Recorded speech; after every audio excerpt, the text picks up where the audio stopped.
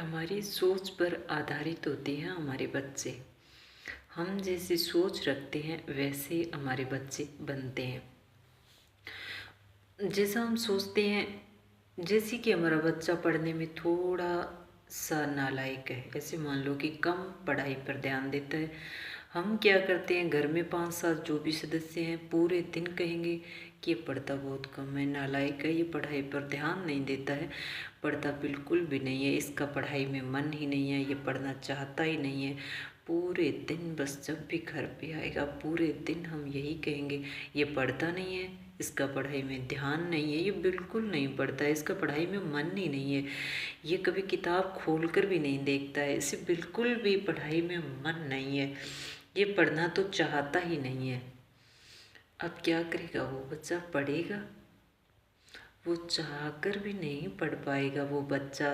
उसका अगर मन भी होगा तो भी नहीं पढ़ पाएगा, क्योंकि जो हमारी जो सोचने की, जो बोलने की शक्तियाँ हैं वो उसे कंफ्यूज कर रही है। वो जब भी पढ़ने बैठेगा उसे लगेगा कि कहना तो सबको यही है कि तू नालायक है, पढ़ता ही नहीं है, तुझे तो पढ़ना है ही नहीं है, बस वही चलता रहेगा उसके दिमाग में। अगर हमें हमारे बच्चे की हैबिट यानी उसकी आदत को बदलना है तो हमें वैसा ही सोचना होगा। हमें पता है कि हमारा बच्चा पढ़ाई में कम ध्यान दे रहा है, ये बात हमें पता है, लेकिन हमें वो बात उसके सामने नहीं रखनी है कि वो पढ़ाई में ध्यान नहीं दे रहा है।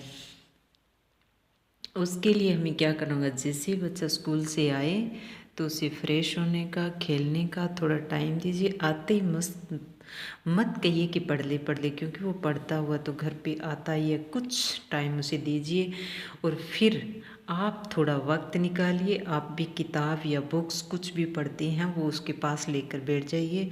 बच्चा जैसे आपको देखेगा वैसे वो भी जो आप उसे पढ़नी है वो पढ़ना स्टार्ट कर देगा। अपने बच्चों के लिए वक्त निकालिए, उनके साथ टाइम स्पेंड वैसा ही करिए जैसा आप बच्चे को बनाना चाहती हैं। बार बार उनकी गलतियों को उनके सामने मत कहें कि इसमें ये आदत बुरी है, इसमें ये आदत बुरी है, उससे मत कहिए। बस उन आदत को भुलवाने के लिए कि वो आदत छोड़े, इसके लिए उसके साथ उस आदत का मौका ही नहीं आने दे कि वो आदत उसमें आए। घर पर आने के बाद अगर बच्चा पढ़ाई में कम ध्यान देता है तो आप खुद उसके साथ पढ़ाई में इतना बिजी रहिए कि वो भी पढ़ाई में बिजी ही रहेगा।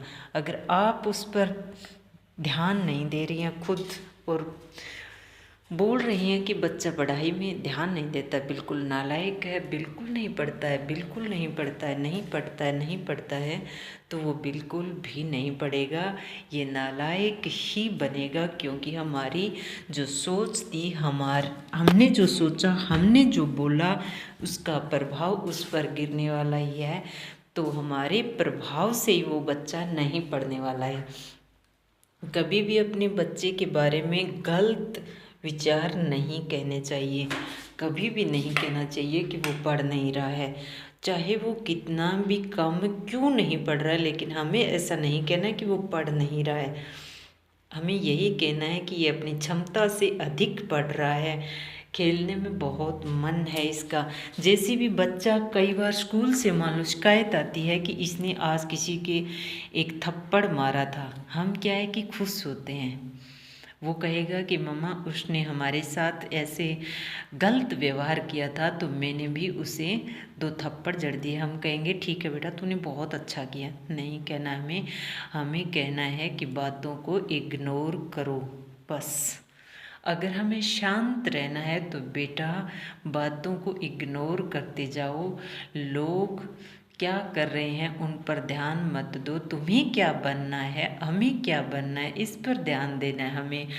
आप उनकी बराबरी क्यों कर रहे हो? आप अपने आप को वहाँ बच्चे को ईगो दे रहे हैं हम कि तू कोई कमज़ोर तो है नहीं उनसे जो तुझसे नहीं हुआ। उसने अगर तुझे एक गाली दी तो तू 4 देता, नहीं, तू 4 बार भगवान का नाम उच्चारण करता वहाँ पे। देख लेना आपके बच्चे की सोच बहुत अच्छी होगी। आपका बच्चा सबसे आगे होगा अगर हम ऐसा उनके लिए सोचते हैं कि हमारा बच्चा ईगो मत पैदा करो बच्चे में कि तो उनसे कोई कमज़ोर नहीं है, हम उनसे कोई कमज़ोर नहीं है। ऐसी बातें हम बच्चों को सिखाते हैं, वो भविष्य में बहुत बड़ा विकट रूप ले लेते हैं। जिससे बच्चे बड़े होते हैं वैसे वैसे उनमें ईगो भी बढ़ता जाता है, तो वो छोटी छोटी बातें भी किसी की बर्दाश्त नहीं कर पाते, क्योंकि सहन शक्ति हमने पहले से ही कमज़ोर कर रखी थी बच्चों की। हमारा ही व्यवहार फिर हमें खटकता है।